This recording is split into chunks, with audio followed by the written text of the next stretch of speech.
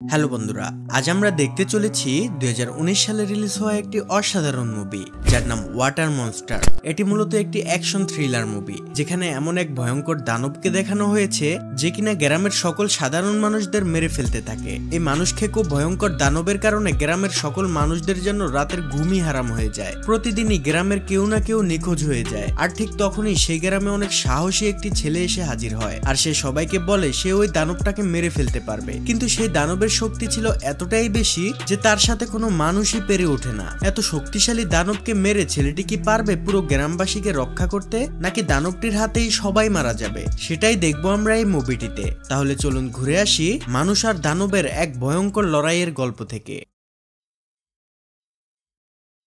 তো মুভির শুরুতে আমরা একটা ছোট্ট ছেলেকে দেখতে পাই যার নাম সুইশ্যাং। সে তার বাবার সাথে মাছ ধরার জন্য নদীতে এসেছে। হঠাৎ করে সুইশ্যাং তার বাবাকে বলে, বাবা, আমাকে এক আঙ্কেল বলেছে এই নদীতে নাকি এক ভয়ঙ্কর মানুষ খেকো দানব বসবাস করে। কিন্তু তার বাবা তার কথায় কোনো পাত্তা না দিয়ে সোজা নদীতে ঝাঁপ দেয়। এরপর তার বাবা পানি থেকে বের হয়ে বলে, আমি তো ভেবেছিলাম এটা হয়তো কোনো মাছ হবে।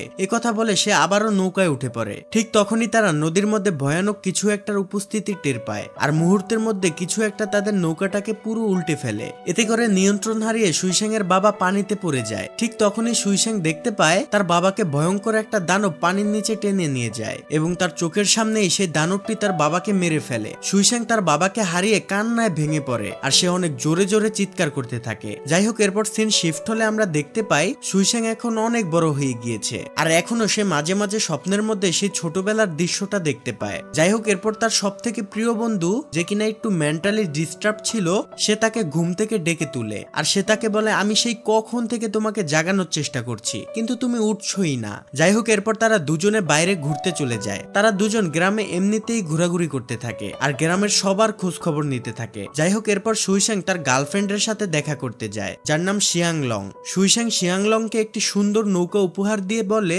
চলো আমরা দূরে কোথাও পালিয়ে গিয়ে বিয়ে করি। আর এই কথা বলার সাথে সাথেই সেখানে শিয়াংলং এর বাবা চলে আসে। তাই বাধ্য হয়ে সুইশ্যাং সেখান থেকে চলে যায়। এরপর সুইশ্যাং বাজারের দিকে চলে আসে। ঠিক তখনই একটা লোক এসে চিৎকার করতে করতে বাজারের সবাইকে বলে, নদীর কাছে একটি মানুষের মৃতদেহ পাওয়া গিয়েছে। এটা শুনে সকল গ্রামবাসীরা নদীর দিকে রওনা হয় এবং সেখানে গিয়ে তারা সেই মৃতদেহটিকে দেখতে পায় যাকে খুব কঠিনভাবে মারা হয়েছে। তার দেহ থেকে পুরো মাথাটাই আলাদা করে ফেলা হয়েছে। এই লাশটিকে দেখে গ্রামের একজন বৃদ্ধ লোক সবাইকে বলে, এই লোকটিকে নিশ্চয়ই সেই ভয়ঙ্কর দানবটি মেরে ফেলেছে, যে হচ্ছে আমাদের পূর্বপুরুষের আত্মা, যে আমাদের গ্রামের সকলের উপর প্রতিনিয়ত নজর রেখে যাচ্ছে। আরো 10 বছর আগে তার হাত থেকে রক্ষা পাওয়ার জন্য 2টো করে বলি দেওয়া হতো, কিন্তু অনেক বছর পর সেই দৃশ্য আবারও দেখা গেল।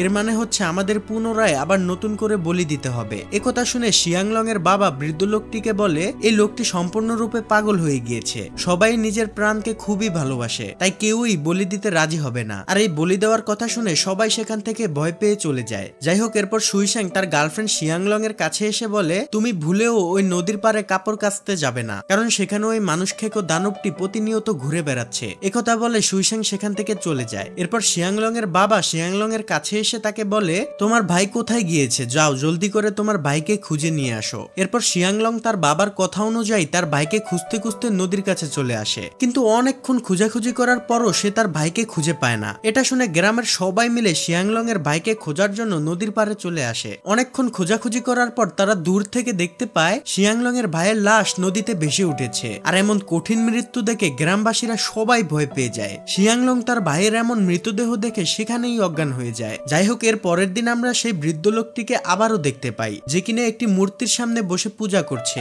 সেখানে সে সবাইকে বলতে থাকে এখন থেকে এক এক করে বলি চলতে থাকবে। কিন্তু তখনই সেখানে শিয়াংলং এর বাবা চলে আসে। সেই বৃদ্ধ লোকটিকে ধাক্কা দিয়ে ফেলে দেয়, সেই সাথে মূর্তিটিকেও লাথি দিয়ে বৃদ্ধের পূজাটি নষ্ট করে দেয়। সে সবাইকে বলে, এটা কোনো আত্মা না, এটা হচ্ছে একটা মানুষ খেকো ভয়ঙ্কর দানব যে ধীরে ধীরে সবাইকে এক এক করে মেরে ফেলবে। কিন্তু এখানে পরিস্থিতিটা এমন যে কেউই তার কথা বিশ্বাস করে না, বরঞ্চ সবাই তাকে একটি ঘরের মধ্যে বেঁধে রাখে। রাতের বেলা তার মেয়ে শিয়াংলং তাকে খাবার খাইয়ে নীরবে সেখান থেকে চলে যায়। এরপর যখন গভীর রাত হয় তখন সে পিছন থেকে অনুভব করতে পারে যে কেউ যেন তার নাম নিয়ে তাকে পিছন থেকে ডাকছে। আর সে বুঝতে পারে এই অজানা আওয়াজটি আর কারো নয়, এটা হলো সেই ওয়াটার দানব যে তার ছেলেকে মেরে ফেলেছে। কিন্তু যেহেতু সে বাধা অবস্থায় ছিল তাই সে কিছুই করতে করতে পারে না। ঠিক তখনই সেই ওয়াটার দানবটি তার সামনে চলে আসে এবং তার দেহ থেকে মাথাটি আলাদা করে তাকে সেখানেই মেরে ফেলে। যাই হোক, পরের দিন সকালে শিয়াংলং যখন তার বাবাকে দেখতে আসে তখন সে তার বাবার এমন করুণ অবস্থা দেখে অবাক হয়ে যায় আর সেই সাথে সে কান্নায় ভেঙে পড়ে। শিয়াংলং এর পরিবারে এখন সে ছাড়া আর কেউই বেঁচে নেই। এরপর সিন শিফট হলে আমরা দেখতে পাই এই সুযোগে সেই বুড়ো লোকটি সবাইকে আরো বেশি উস্কাতে থাকে। সে সবাইকে বলে এবার আমাদের কাউকে না কাউকে বলি দিতেই হবে, তবেই আমাদের পূর্বপুরুষের আত্মা শান্তি পাবে, এতে করে এই ভয়ঙ্কর হত্যালীলাও থেমে যাবে। এরপর সে সবাইকে বলে এবার শিয়াংলংকে বলি দেওয়া হবে। এই কথা শুনে সেখানে থাকা সুইসাং বৃদ্ধ লোকটির দিকে এগিয়ে আসে। সে তাদের সবার বিরুদ্ধে প্রতিবাদ শুরু করে। সে সবাইকে বলে এটা কিছুতেই হতে পারে না। ঠিক তখনই সেখানে শিয়াংলং এসে উপস্থিত হয় এবং সে সকলকে জানায় সে ওই দানবের কাছে নিজেকে বলি দেওয়ার জন্য পুরোপুরি প্রস্তুত। এই কথা শুনে সবাই সুইসাংকে সেখান থেকে তাড়িয়ে দেয় আর তাকে একটা রুমের মধ্যে বন্দি করে রাখা হয়। কিন্তু সুইসাং রাতের বেলা সেখান থেকে পালিয়ে তার গার্লফ্রেন্ড শিয়াংলং এর সাথে দেখা করতে আসে। শিয়াংলং তখন সুইসাংকে দেখে বলে প্রথমে যখন তুমি আমাকে তোমার সাথে পালিয়ে যেতে বলেছিলে জানো সুইসাং, তখন আমি অনেক খুশি হয়েছিলাম, কিন্তু এখন আমার এই কথাটা মনে পড়লে অনেক বেশি কষ্ট হয়, কারণ আমি এখন মরতে চাই। একথা শুনে সুইসাং অনেক দুঃখ পেয়ে সেখান থেকে চলে যায়। এরপর সে প্রতিজ্ঞা করে সে যে কোনো উপায়ে এই মানুষখেকো দানবটাকে মেরে ফেলবে। এরপর সুইসাং তার একটা কাজিনের সাথে দেখা করতে যায়। সে তাকে সমস্ত ঘটনা খুলে বলে। পুরো ঘটনা শুনে সুইসাং এর কাজিন তাকে হেল্প করার জন্য রাজি হয়ে যায়। এরপর তারা আরো বেশ কিছু মানুষকে তাদের সাথে নিয়ে নেয়। তারা সবাই ওই দানবটিকে মারার জন্য বিভিন্ন ধরনের হাতিয়ার বানাতে শুরু করে। সকল প্রস্তুতির পর পরের দিন তারা একটি নৌকায় করে নদীর মাঝখানে এসে উপস্থিত হয়। অন্যদিকে দেখা যায় শিয়াংলংকে বলি দেওয়ার জন্য গ্রামবাসীরা তাকে খুব সুন্দর করে সাজিয়ে নদীর কাছে নিয়ে আসে এবং তাকে একটি নৌকায় করে নদীর মধ্যে ছেড়ে দেওয়া হয়। এগুলো দেখে সুইসাং গ্রামবাসীদের অনেক বোঝানোর চেষ্টা করে। সে বলে এটা তোমাদের অন্ধবিশ্বাস, যে দানবটি মানুষদের মারছে এটা কোনো আত্মা নয়, এটা মূলত একটা মানুষ খেকো প্রাণী। তাই এই দানবটির সাথে আমাদের লড়াই করে দানবটিকে মেরে ফেলতে হবে। যারা যারা আমাকে সাহায্য করতে চাও তারা আমার সাথে যোগ দিতে পারো। একথা শুনে গ্রামবাসীদের মধ্যে থেকে দুটি ছেলে সামনের দিকে এগিয়ে আসে। তারা সুইসাংকে বলে আমরা তোমাদের সাথে আছি। এরপর তারা সবাই নৌকায় এসে সুইসাংদের সাথে একত্রিত হয়। সেখানে তাদের সাথে শিয়াংলংও চলে আসে। এরপর তারা সবাই মিলে ওয়াটার দানবটির জন্য অপেক্ষা করতে থাকে আর কিছুক্ষণের মধ্যেই তারা পানির নিচে কিছু একটার উপস্থিতি টের পায়। তারা সবাই সেটাকে দেখার জন্য সামনের দিকে এগিয়ে যায়। ঠিক তখনই তাদের মধ্যে একজন পানিতে ঝাঁপ দিয়ে দেয়। এরপর সে সবাইকে বলে আমি ডুব দিয়ে দানবটাকে অনেক খুঁজেছি, কিন্তু কোথাও তাকে পেলাম না। এরপর সেই ছেলেটি সবাইকে ভয় দেখানোর জন্য পানির মধ্যে ডুবে যাওয়ার অভিনয় করে, কিন্তু এখানে তার করা সেই নাটকটাই তার জীবনের কাল হয়ে দাঁড়ায়। কারণ ঠিক তখনই উপরে থাকা সবাই দেখতে পায় পানির রং লাল হয়ে গিয়েছে আর কিছুক্ষণের মধ্যেই সেই ছেলেটির কাটা মাথা তাদের নৌকার দিকে ছুঁড়ে মারে। এটা দেখে তারা সবাই অনেক ভয় পেয়ে যায় এবং তারা বুঝতে পারে সেই ওয়াটার দানবটা তাদের নৌকার আশেপাশেই আছে। তারা কি করবে কেউই বুঝে উঠতে পারে না। ঠিক তখনই সবাইকে চমকে দিয়ে সেই মানুষ খেকো দানবটি সেখানে উপস্থিত হয়। তাদের সবাইকে মারার জন্য দানবটি তাদের নৌকার দিকে এগিয়ে আসতে থাকে আর কিছুক্ষণের মধ্যেই সেই ভয়ঙ্কর মানুষ খেকো দানবটি তাদের নৌকায় উঠে পড়ে। সে এক এক করে সবার উপরে হামলা করতে শুরু করে। এদিকে নৌকাতে থাকা সবাই একত্রিত হয়ে দানবটির উপর হামলা করতে থাকে, কিন্তু ওয়াটার দানবটি ছিল খুবই শক্তিশালী এবং অনেক হিংস্র।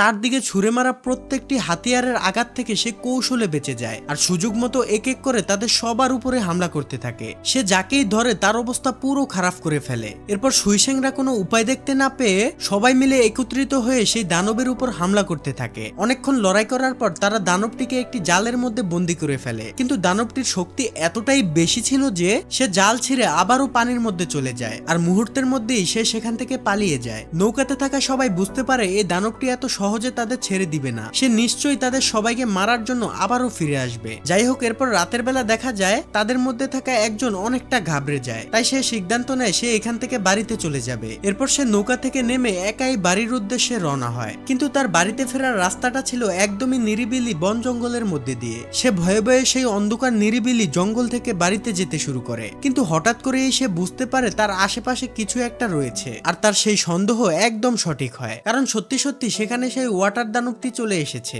আর ঠিক সুযোগ বুঝে সে তার উপরে হামলা করে দেয় আর সাথে সাথে এই দানবটি তাকে মেরে ফেলে। এরপর সেই ওয়াটার দানবটি আবারও শিকার করার জন্য বেরিয়ে পড়ে আর কিছুক্ষণের মধ্যেই সে নৌকায় এসে পৌঁছায়, যেখানে সুইসাং, শিয়াংলং আর তাদের বাকি সাথীরা উপস্থিত রয়েছে। আসলে নৌকায় থাকা সকলেই জানতো যে ওয়াটার দানবটি আবারও তাদের হামলা করার জন্য নৌকাতে আসবে, তাই তারা সেটা বুঝে আগে থেকেই প্ল্যান করে রাখে। এরপর যখন দানবটি নৌকার মধ্যে প্রবেশ করে তখনই তারা তাকে একটি রুমের মধ্যে আটকে ফেলে আর সব দিক থেকে তারা তাকে তীর, লাঠি সহ বিভিন্ন জিনিস ছুঁড়ে মারে, কিন্তু কোনো কিছু দিয়েই তাকে আঘাত করা সম্ভব হয় হয় না, সে ছিল প্রচন্ড দ্রুত এবং অনেক চালাক। যেসব জায়গা থেকে তীর বের হতে থাকে দানবটি সেখানেই ভাঙচুর শুরু করে। সে রেগে গিয়ে সেখানকার সবকিছু ভেঙে ফেলতে থাকে। ভাঙতে ভাঙতে সে সমস্ত দেওয়ালগুলো ভেঙে ফেলে এবং সে বাইরে বেরিয়ে আসে। সে মানুষদের মেরে ফেলার জন্য তাদের উপর আক্রমণ করতে শুরু করে। সে সবাইকে পুরো নাস্তানাবুদ করে ফেলে। আক্রমণ করতে করতে দানবটি সবাইকে পুরো আদমরা করে ফেলে। ঠিক তখনই সেখানে সুইসেং বুদ্ধি করে সেই দানবটিকে তাদের ফাঁদে আটকে ফেলে এবং তাকে একটি খাঁচার মধ্যে বন্দি করে দেয়। তারা দানবটিকে বন্দি থাকা অবস্থায় তাদের গ্রামে নিয়ে আসে। তারা গ্রামে পৌঁছানোর পর গ্রামের মানুষরা ওই ওয়াটার দানবটিকে খাঁচায় বন্দি অবস্থায় দেখে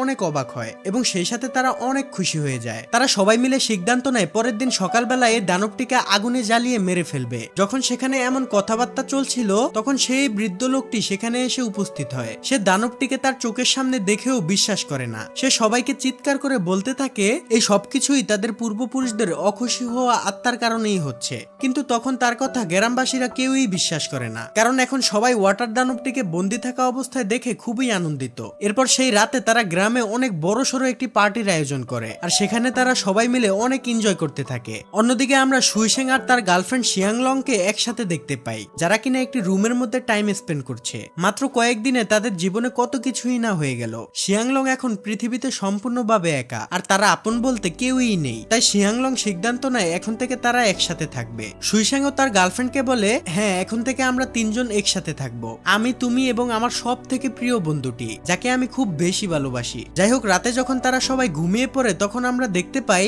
সেই বৃদ্ধ লোকটি যখন চোখ খুলে তখন সে দেখতে পায় সে মানুষ খেকো দানবটি খাঁচার মধ্যে আর নেই। সে খাঁচার লোহা বাঁকা করে সম্পূর্ণভাবে মুক্ত হয়ে গেছে। এটা দেখে সেই বৃদ্ধ লোকটি চারদিকে তাকে খুঁজতে শুরু করে। ঠিক তখনই সেই দানবটি বৃদ্ধ লোকটির সামনে চলে আসে এবং তাকে মুহূর্তের মধ্যে দু টুকরো করে মেরে ফেলে। এরপর দানবটি গ্রামের বাকি মানুষদের কাছে গিয়ে তাদেরকেও মেরে ফেলতে থাকে। একে একে সে গ্রামের অনেক মানুষকেই মেরে ফেলে। এদিকে সুইসেং এর সব থেকে প্রিয় বন্ধু যে কিনা একটু মেন্টালি ডিস্টার্ব ছিল সে দানবটিকে দেখে ফেলে এবং চিৎকার করে বলতে থাকে আমি তোমাকে ভয় পাই না। এই বলে সে দৌড়ে গিয়ে দানবটিকে কামড়াতে শুরু করে, কিন্তু তখনই ওই ভয়ঙ্কর দানবটি তার পেটের মধ্যে হাত ঢুকিয়ে তাকেও মেরে ফেলে। পরের দিন সকালে গ্রামবাসীরা ঘুম থেকে উঠে তার সাথীদের এরকম অবস্থা দেখে অনেক কষ্ট পায় এবং তারা সকলেই তাদের আপনজনদের জন্য কান্না করতে থাকে। কিন্তু পাশাপাশি তাদের মধ্যে ক্রোধ আর প্রতিশোধের আগুনও জ্বলে ওঠে, যেটা তাদেরকে নিশ্চিন্তে থাকতে দেয় না। তারা সবাই মিলে প্রতিজ্ঞা করে যতক্ষণ না পর্যন্ত তারা ওই দানবটিকে মারতে না পারবে ততক্ষণ পর্যন্ত তারা এই প্রতিশোধের লড়াই চালিয়ে যেতে থাকবে। এতে যদি তাদের প্রাণও চলে যায় তবুও তারা এই দানবটিকে মেরে প্রতিশোধ নিয়েই ছাড়বে। এরপর তারা